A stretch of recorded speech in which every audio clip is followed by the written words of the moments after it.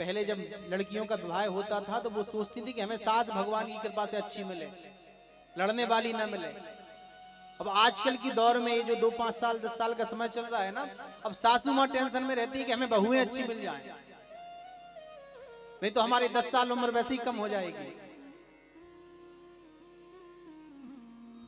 बड़ा महाराज क्लेश रहता है सासू माँ को बहुओं से।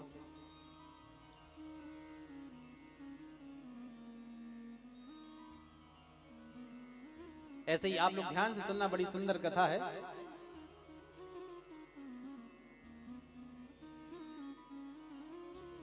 एक घर में एक सास और एक बहू थी। दोनों में बड़ा प्रेम था, थोड़ा सही था, थोड़ा बनावटी था, पर प्रेम था। तो दोनों सास बहू में बड़ा प्रेम था। दोनों ने विचार किया कि क्यों ना चलो हम तीर्थ यात्रा कराएं। तो दोनों सास बहू तैयार हो गई कि चलो तीर्थ यात्रा करने के लिए हम हरिद्वार, वृंदावन आदि अनेक तीर्थों में घूमकर आएंगे। तो इस बात को पूरे गांव में प्रचार हो गया कि भैया वो फलाने की सास बहू जो है तीर्थ यात्रा करने के लिए जा रही है। अब सभी बहुओं को पता चला, सभी सासू माँ को पता चला। सबने अपनी अपनी सासू माँ से कहा कि नहीं हम भी चलेंगे तीर्थ यात्रा, हमें भी जाना चाहिए, वो भी जा रहे हैं। परिणाम ये हुआ महाराज कि पूरे गांव की सासू माँ और पूरे गांव की बहुएं तीर्थ यात्रा जाने के लिए तैयार हो गई। तो सबने कहा कि अलग अलग क्यों जाएं, हम बस कर लेते हैं। तो सबने मिलकर के बस कर ली, बस भी 2 कर ली। कहा कि देखो जब चल रही है तो व्यवस्था के साथ में चलेंगे। कैसी व्यवस्था? बोले एक बस में पूरी बहुएं इकट्ठी हो जाएंगी और एक बस में सासू माँ इकट्ठी हो जाएंगी। क्यों? अब उस सासू माँ के चक्कर में कहीं पल्लू करो, कहीं साड़ी इधर जा रही है, कहीं साड़ी उधर जा रही है, ये चक्कर ही खत्म। सासू माँ अलग और बहुएं अलग। दोनों की बसों में एक बस में सासू माँ बैठ गई, एक बस में बहुएं बैठ गई और बस चलने लगी। अच्छा पहले बहुओं की बस चली, तो बहुओं की बस चली तो महाराज बहुओं की बस तो पहुंच गई ठिकाने पर और पीछे से सासू माँ की बस आ रही थी और सूचना मिली कि सासू माँ की बस का एक्सीडेंट हो गया।